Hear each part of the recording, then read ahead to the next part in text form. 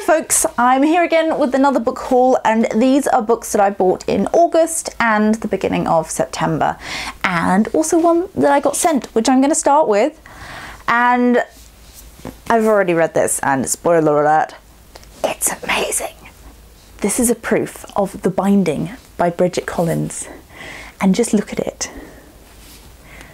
It's got a different design on the back to the front, and it looks like an old book, and it's gorgeous, and the inside is equally gorgeous. I am obsessed with this book. I need to read it again. I do talk about it in a wrap-up video though, so I will link that in the cards and you can go and have a look at that if you are so inclined. Needless to say, you'll be seeing it on my favourite books of the year list. And then there's this one, which I am also reading at the moment. Well, not also, I finished that one, but I've started reading this one. Have not got very far. There are a few things about the writing that are not grabbing me at the moment so much, but I've heard that this is kind of similar to The Secret History in at least some ways, and it's a bit of a spooky, autumny read, even though it's spring here in New Zealand. I'm into that vibe. So yes, it's got a lovely kind of spooky cover as well. There are some hands in the trees, and it's got a lovely spine underneath too with silver foiling there, so that's pretty cool. Then we have This Savage Song by Victoria Schwab. I read the Darker Shade of Magic trilogy end of last year, early this year, and really liked it, so I thought I would try out some of her other stuff. I really want to read Vicious, but this has a violin on the front and it sounds good, so I'm gonna give that one a go. Love that cover. And another YA book, because I've been exploring the wonderful world of YA, and I'll link the video in which I talk about my adventures in that genre, age group. It's YA fantasy, so it is a genre, I guess. But this fits into that. This is The Language of Thorns by Leah Bardugo, and I read the Grisha trilogy and the Crooked Kingdom duology last month, so I wanted to get my hands on this. This is also available on audiobook, but look how beautiful it is. And I mean, it just continues as you go through it. I've seen a lot of this on Instagram, and it's just to die for. Look at that. And even the color of the paper underneath the dust jacket, you know, on the underside of the dust jacket, and the paper that it's printed on, it's got a lovely texture to it, which feels like bookbinding paper. Yeah, the underside, obviously stunning, and inside it's illustrated too. So I'm all about these kind of collections of fairy tales, because this is what it is. It's called, or the subtitle is Midnight Tales and Dangerous Magic. So yeah, it's a collection of short stories in the same Grishaverse world of her fantasy works. So yeah, and it's a collection of 6 lavishly illustrated stories. Wonderful, absolutely wonderful. So I'm looking forward to reading those and delving into the illustrations a little more. And speaking of illustrations, there's a new Patrick Ness book, and it's illustrated by Ravina Kai, who is an illustrator, obviously, but has a very kind of fine art style to their work. It's, oh my goodness. Everything about this book is just stunning. Oh, I love it when publishers put this much care into creating especially a hardback, because underneath, so that's the back, and that's the front, and the spine. I mean, it's, yeah. You don't need a commentary on how beautiful this is. It's got the upside down boat that we saw on the cover. Yeah, so it sounds like this is a kind of Moby Dick retelling, or at least it's got a lot of references to Moby Dick. To be honest, I wasn't really sure what this was. I'd seen some pictures online, but when I saw it in the bookshop, I mean, how could anyone possibly resist that cover? But if you weren't convinced, there's a quote from Frances Hardinge on the back. All right, so enough gushing. The next two books are books that I already own, or already own copies of, but I have different ones for certain reasons. And the first is Harry Potter, and this is the Indonesian version, translation, and they've got new covers. This one I bought off of the Potter Collector, who is a YouTuber, and if you're a Harry Potter fan, you're probably already following his channel, but yeah, he collects Potter stuff and has the full collection of all the translations of Harry Potter. So if you liked my video that I did a little while back about Harry Potter translations in design, then you're going to love his channel. But yeah, it's got lovely shiny foil on the title there. They've gone with the classic film title style there. And yeah, the illustration is very cool. You've got Harry, Ron, Hermione, Dumbledore, Snape by the look of it, McGonagall. Is that Professor Sprout over here? Could be. Quidditch, Fluffy, the Dursleys, it's all there. And inside it's got the little illustrations at the top of each chapter, although I'm not sure. I don't have the American editions, but I don't know if these are the illustrations from the American editions. I think they are, because I think I've seen them before, but it's quite nice to have that. It's the little baby Harry there. So maybe you could tell me down in the comments, because I don't know about American Harry Potter editions really. And then the other one is a copy of The Secret History. This is a relatively new edition. I think it came out last year. Just simple typographical cover, which looks a bit like a Greek or Roman stone with writing on it, I guess.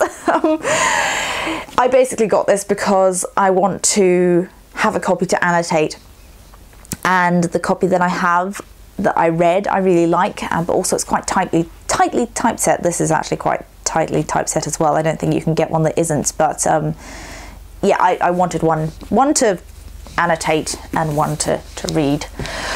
So I'm gonna get up and grab the other things. These are the picture books. So there are 4 of them. The first is So Many Sounds by Tim McKenna, and it's illustrated by Andy J. Miller, who you may also know as Andy J. Pizza, who does the Creative Pep Talk Creative Pep Talk podcast. Yeah, that one. And if you don't listen to that and you're a creative person, listen to it, because it's amazing and so inspiring and very sort of scientific and practical in his advice. It's brilliant. And if you know the Pep Talk podcast, then you will know that this is very much his illustration style, very bright and happy and just all the colours, and yeah, this makes me very pleased. I'm not sure if I will keep this for myself or gift it to a preschooler I know, but yeah, it goes through sounds. So you've got sneakers stamp and classrooms bustle, pencils scratch and papers rustle.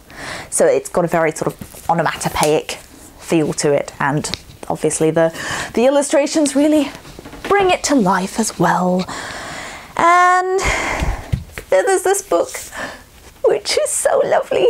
This is by a New Zealand author and illustrator called Kimberly Andrews, and I follow her on Instagram, which is how I found out about her new book, which is about a puffin. I love puffins. Yeah, so a female puffin who is an architect. So great to have female role models, even if they are birds, in books. Lovely end papers there, and this is all embossed.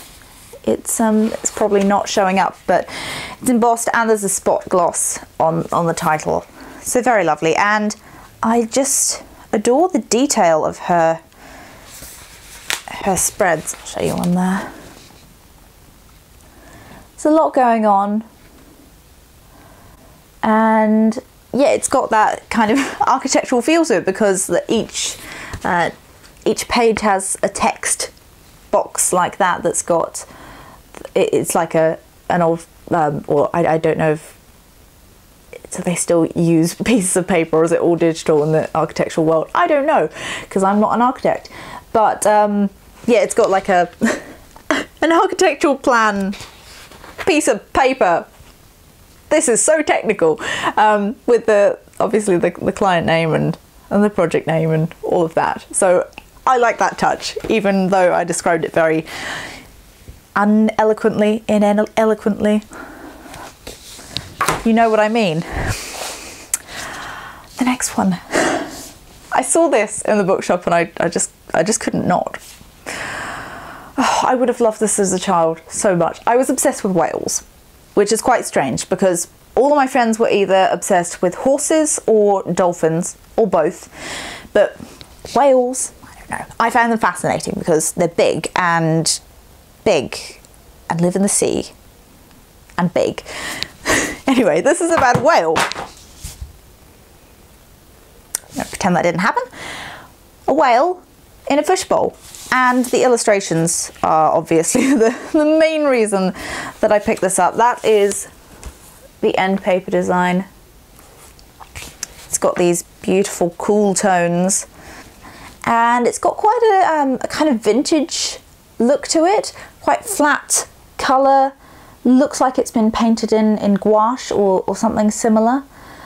And yeah, it's got a very kind of textural look to it, and yeah, I mean the illustrations are stunning, and the choice of colour, and it's quite minimal as well, which adds to that vintage flavour.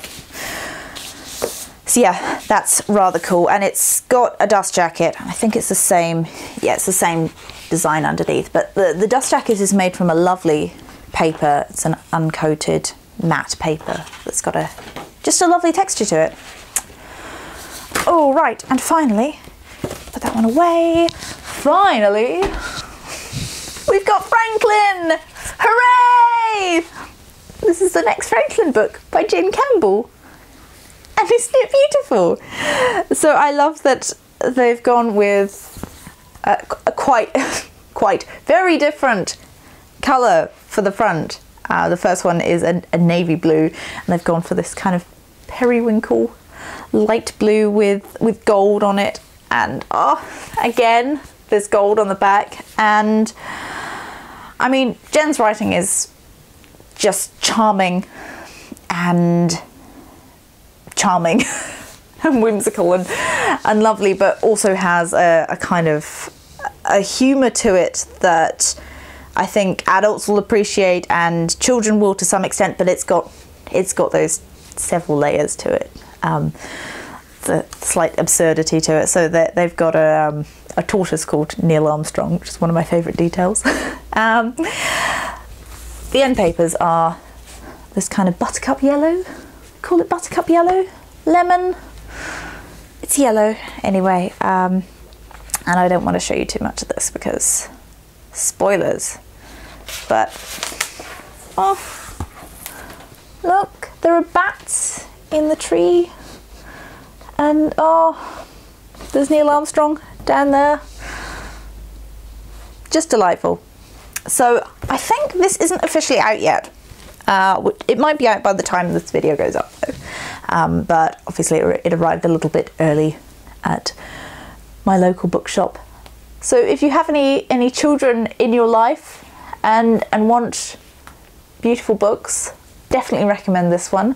The colourful one, the preschool one for younger children, and yet the other two obviously are just beautiful as well. So hopefully that's helpful to you if you need to buy books for children, or if you're like me and don't really know many children, or don't have any children, or don't plan to have any children, but just really like children's books. I just realised that there were two other books that I also bought. I spotted them on my shelves. Two ticks.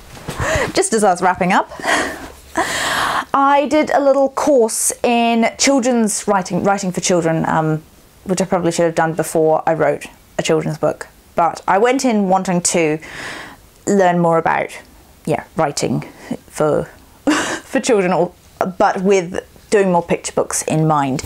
But I kind of got hooked into the idea of writing something a bit longer form, maybe, and thought that this might be a good hobby to take up, because my previous hobbies of reading and drawing have now kind of become my job. So it would be nice to have something that isn't, strictly speaking, my job. So I picked up this one, which is The Kite and the String, which is about writing with spontaneity and control. And this, sounds like quite a good masterclass in writing. It's written in prose. It doesn't seem to have a lot of exercises or anything, but I think it might be a more philosophical look at writing and language. And then this one is the Children's Writer's Notebook, and this is a collection of exercises, so I thought the two might work quite well together. So these are specifically for children's books. They're it's got exercises based on, is it 20 different authors? Yes, 20 different authors, from Dr. Seuss and Maurice Sendak to A.A. Milne, J.K. Rowling, R.L. Stein, who wrote the Goosebumps books. So that's quite cool, and it's got a bit about the author, and then some exercises with space to write in there. Rather cool. There we go. Happy reading, everyone, and I'll see you in the next one. Bye.